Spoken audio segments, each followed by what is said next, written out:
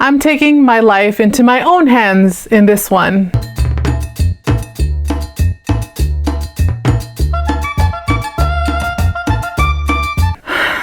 Selena, 1997, is an important movie for the Latin Hispanic community, so I better have good things to say about it, or else I'm gonna be kicked out of East LA and La Comunidad.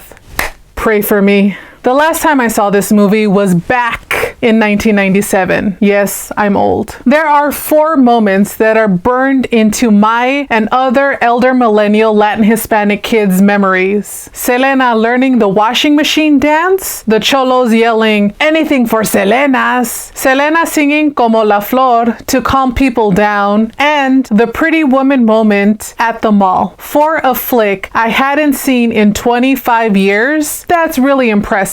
Selena, 1997 is a biographical picture or biopic. When we were together the last time, we were talking about a very different biopic, Frida, 2002. Frida was, even now, a pretty unmemorable film. For the Selena biopic to have 4 or possibly even more standout scenes is quite remarkable. Right off the top, I had high hopes for this movie. Then I watched the movie and I'm just kidding. Aside from some small technical issues, Selena 1997 holds up really well. A big sigh of relief from me. I can remain in my neighborhood and La Comunidad at large. For now, at least. Let's jump right into the good stuff, the stuff I did not like, and overall, why this movie works well when others like it don't.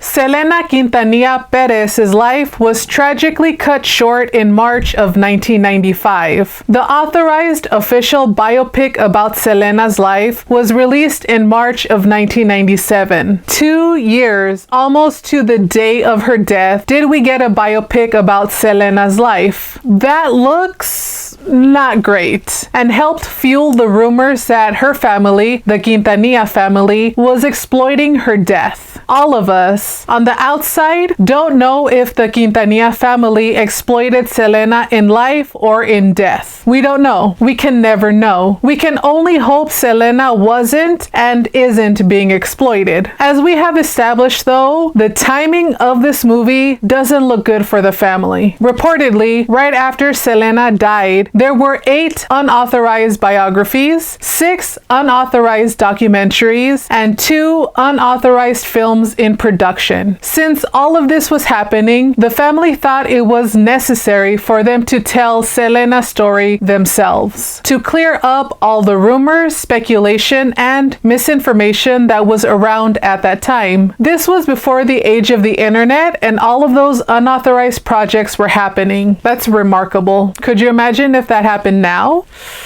Aside from clearing up false and misinterpreted stories, the family wanted to celebrate Selena's life. They wanted to make sure the whole world knew who she really was and why Selena was so important, not just to them as a family, but also to the musical Hispanic Latin world. Word of the Quintanilla family wanting to make a biopic about Selena reached Hollywood producer and East LA Chicano Montezuma Esparza. With Esparza on board, the family had a better understanding of how the movie was going to be made and marketed. With Esparza as producer, it let the family, particularly Selena's father Abraham, have as much creative control as possible. Esparza wanted and eventually got writer-director Gregory Nava to pen and direct this biopic. Gregory Nava, you may remember, was one of the many writers of the Frida 2002 biopic. Nava's most most famous movie up until this point was a 1983 independent film called El Norte. I saw that movie when I was in college, and while that is not at all the experience of immigration anyone in my family had, I know that was an experience a lot of immigrants had coming to America, Latino, Hispanic, or not. A touching and really well-made movie. Despite this, Abraham was not on board with Nava being the writer and director of the biopic. Esparza really had to fight for Nava. Nava had the reputation of being difficult and having an ego. Side note, difficult or asshole male straight white directors are always seen as misunderstood geniuses. Anyone else who is not male, straight, or white is always seen as being difficult or having an ego. I'm not saying Nava didn't have an ego or wasn't difficult. I'm just pointing out a double standard that has always bothered me. Anyway, back to our regularly scheduled programming already in progress. Who better to tell a story about a Latin Hispanic icon than a Latin Hispanic writer and director? Once Nava was hired, he got straight to work interviewing the family and getting as much information from as many people who were there at the time as possible. Nava was able to get an intensely thorough, incredibly detailed account of Selena's life, and I think it's shown really well in the finished movie. It's been reported that over 10,000 women auditioned for the role of Selena. After Selma Hayek was turned down, Jennifer Lopez was selected once she turned in an impressive audition. Esparza and Nava made sure that everyone cast in this movie was a Latin Hispanic person. There was some outrage at the time that Puerto Rican American Jennifer Lopez was cast as Mexican American Tejana Selena Quintanilla Perez. Outrage over a casting choice before anyone had even seen the movie. Sure glad that doesn't happen anymore.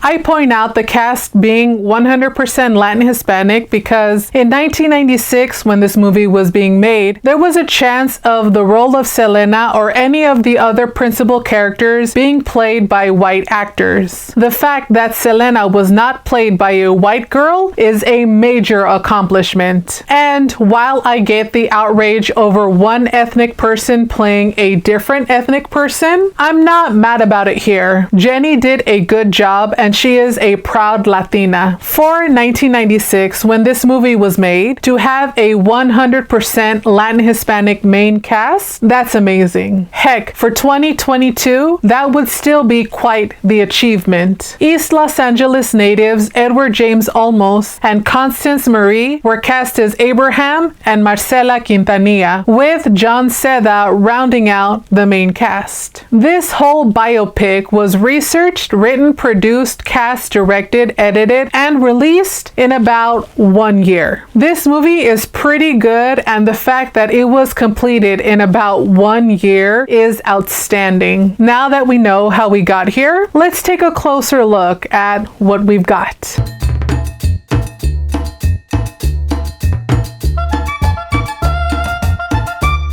Once again, we are gonna go through the plot points of the movie. No side commentary or review. We'll get there in the next couple of sections. Oh yeah, and there is one fun fact I will mention in this section. And here we go. It's 1995 and Selena is getting ready for a big show. Selena is greeted by the biggest crowd in Astrodome history. Selena sings a melody of disco hits. Selena's dad, Abraham, is calling the shots behind the scenes. A 90s You Go Girl moment from Selena's mom, Marcela. Flashback to 1961. We see Abraham in a doo-wop trio called Los Dinos in Corpus Christi, Texas. We see the racism and prejudice Abraham faces in Texas. Los Dinos perform for a Latino-Mexican crowd and face violent discrimination. Cut to 1981 in Lake Jackson, Texas. Selena pranks her sister with a chicken in the bathtub. Selena Selena joins Abraham in the house to sing. Abraham decides the kids should start a band. The kids don't want to be in a band. The kids play, and it's pretty awful. Abraham and Marcela open a restaurant to have a place where the kids can perform for people. The gringos like Selena y los dinos. Selena looks up at the moon and dreams of her future. The kids see that being in a band is cool and their hard work is worth it. Brief flash of Selena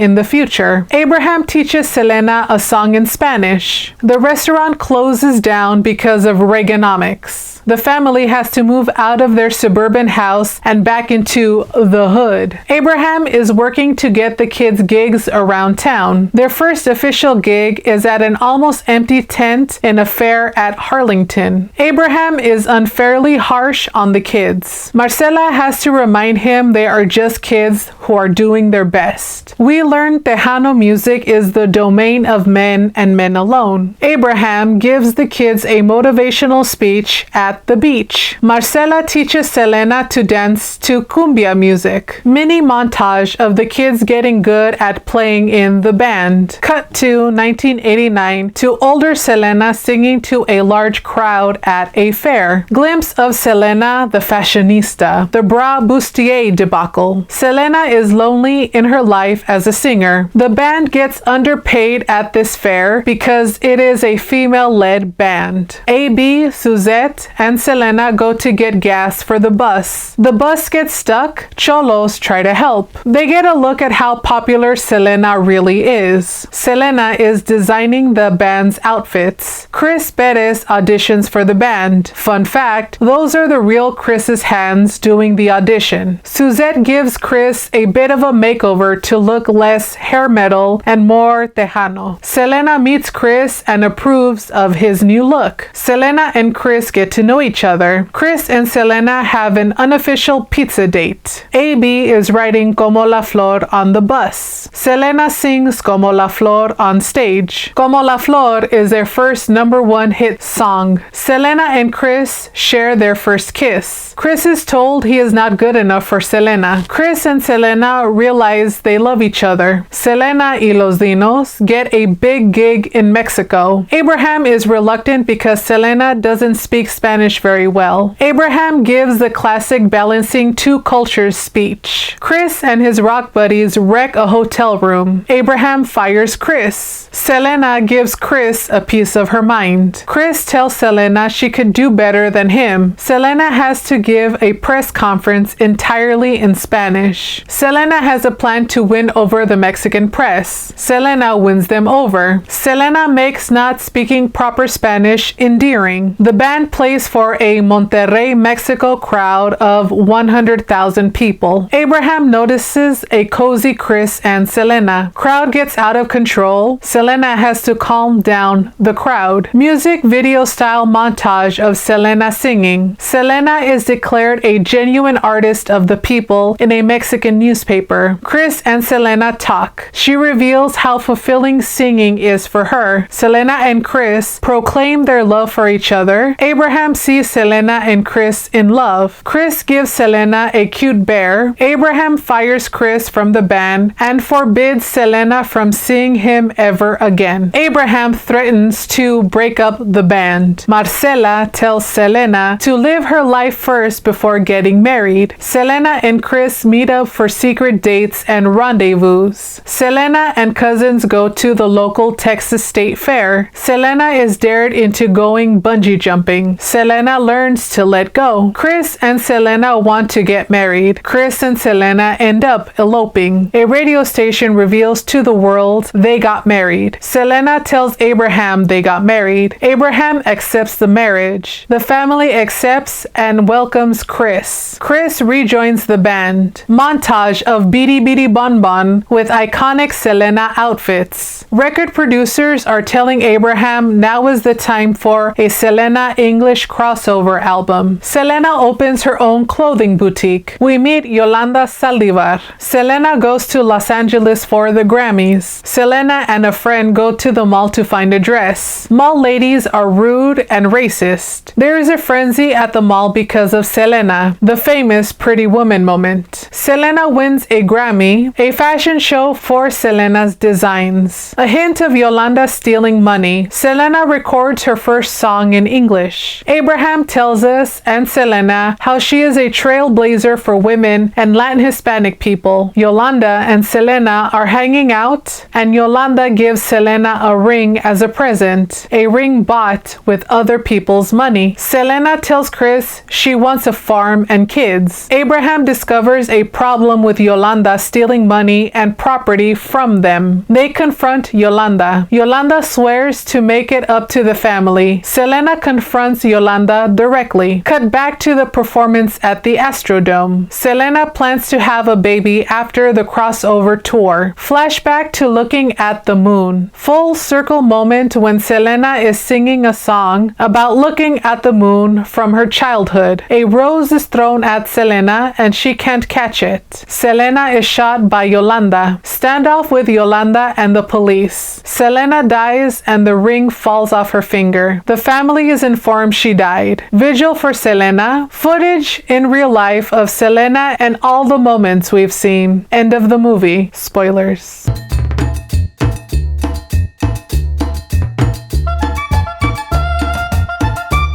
This section is going to be shorter than you might expect. There are only 2 things in this movie that I really had a problem with. Only 2. I know, I usually hate everything. I say problems with this movie, but it's more likely these are me-specific problems. As in, maybe only I have these problems. You watching this review and the movie might not. First up, this movie moves kinda slow in parts. Now, I don't know if I have no attention span anymore or this movie is actually slowly paced. The filmmaking technique of letting moments stand is an important one, but nowadays it feels old-timey. Again, maybe it's just me, but I think you could have cut out like 20 minutes of too long moments in this movie and it would have been better for our modern eyes. Then again, like my sister makes fun of me for, unless movies have explosions and cartoon violence, I usually find it boring and I don't like those movies. While that's true, the movie because of the pacing feels a little too long. Secondly, there are instances of telenovela situations and acting. Most of the scenes where Selena and Chris are trying to live out their amor prohibido, their forbidden romance, those feel like telenovela scenes. This might have been intentional. This story is about Latin Hispanic folks, so it makes sense to use Latin Hispanic storytelling. I'm not a big fan of telenovelas,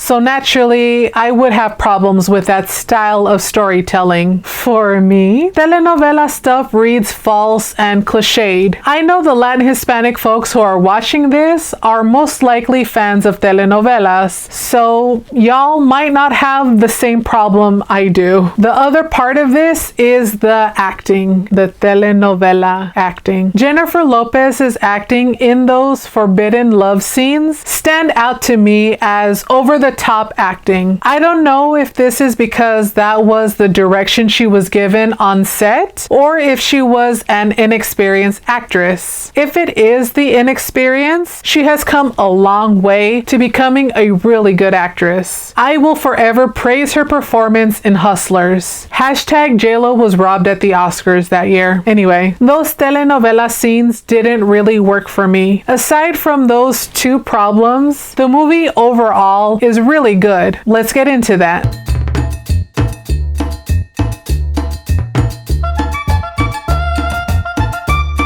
The first thing that struck me while I was watching this movie is how modern the cinematography is. There are movies that visually look very dated. You could pinpoint the exact date that movie was made. The color palette feels modern and vibrant. Modern movies like Hustlers or Promising Young Woman or even John Wick have a similar colorful look. A movie about a colorful and vibrant person should absolutely have a colorful and vibrant look. A lot of stuff happens in this movie, but it doesn't feel like a dramatic reenactment of Selena's Wikipedia page. All the events depicted in the movie serve the main point, the main thesis of the entire movie. We will talk about the theme in the next section. Here, I will just tell you what I think the theme is. Authenticity. We will discuss in a moment. All of the events of the movie serve the purpose of telling Selena's story and letting you know what kind of person she was. My biggest complaint with the biopic formula is that they never let you know why the subject was important or why you should care about their story. This movie made it very clear why Selena was important and why we should care about her story. The dialogue, in a surprisingly non-clumsy way, let you know why Selena was an important person, not just in the music community, but also for Latin Hispanic folks in general. Selena ruled the male-dominated world of Tejano music. Selena won over the Mexican press even though she didn't speak Spanish well. Selena was accepted in the American market even though she was seen as a lowly Mexican singer. Selena managed the impossible balancing act of being from two worlds, being both perfectly Mexican American and American American. The movie showed us how Selena was a fashion icon and also a regular person who wanted to live her best life. Selena was also a headstrong force who wanted to be as authentic as possible. We saw all of it in this movie. Aside from the telenovela acting that happened in certain parts of the movie, for the most part, everyone was really good. Edward James Olmos is always great in everything. Constance Marie is really good too. And even though she's only a few months older than J-Lo, she's a great mother in this movie. John Seda is the one I'm not sure about here. At first, the sort of cholo vibe was kind of weird for me, but after a couple of viewings, it's not that bad. Or is it?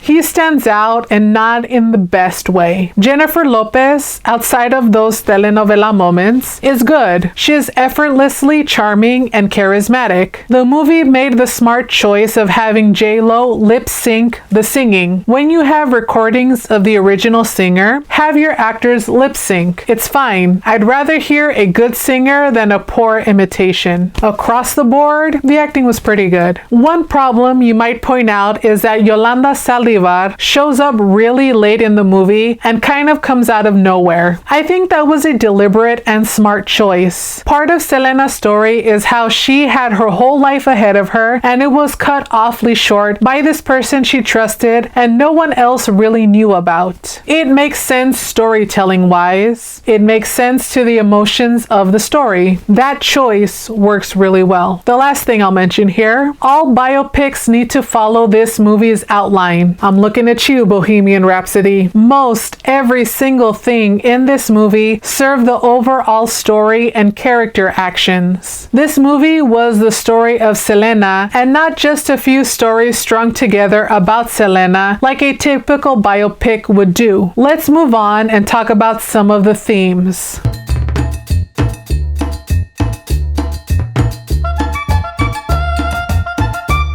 You might be wondering how I got to authenticity being the main theme of this movie. Family might be the obvious choice. We see a lot of the Quintanilla family in this movie. Arguably, Selena's success was the goal of Abraham more than anyone else. Family is important to this movie, but authenticity is pivotal to every single aspect of the story, the characters, the movie as a whole. One of the biggest reasons reason Selena, the icon, is still beloved to this day is her authenticity. Her style was all her own. Her singing style was all her own. Her performance style was all her own. Selena never apologized for not speaking perfect Spanish. Selena never felt obligated to sing in English to make it big in the US. She was wholeheartedly authentic to who she was. This movie communicated all of that. To the point when Selena is a kid and learns that if she doesn't sing from the heart, she'll never have success. Singing from the heart and conveying emotion only works if the person singing is being real, being authentic. That authenticity transfers over to the scene where Selena y los Dinos learn they have their first #1 record. Because the authenticity that has been shown throughout the movie, that #1 single feels earned. They genuinely worked hard and earned that #1 single. That #1 single is a real triumph in the movie. The authenticity is also shown through the romance between Chris and Selena. They fall in love while being honest and real with each other. There's no pretending to be too cool with each other. Chris and Selena accept and love each other for who they are, genuinely, authentically. See, authenticity is the main thesis of this movie, and the movie did a good job weaving that thesis throughout.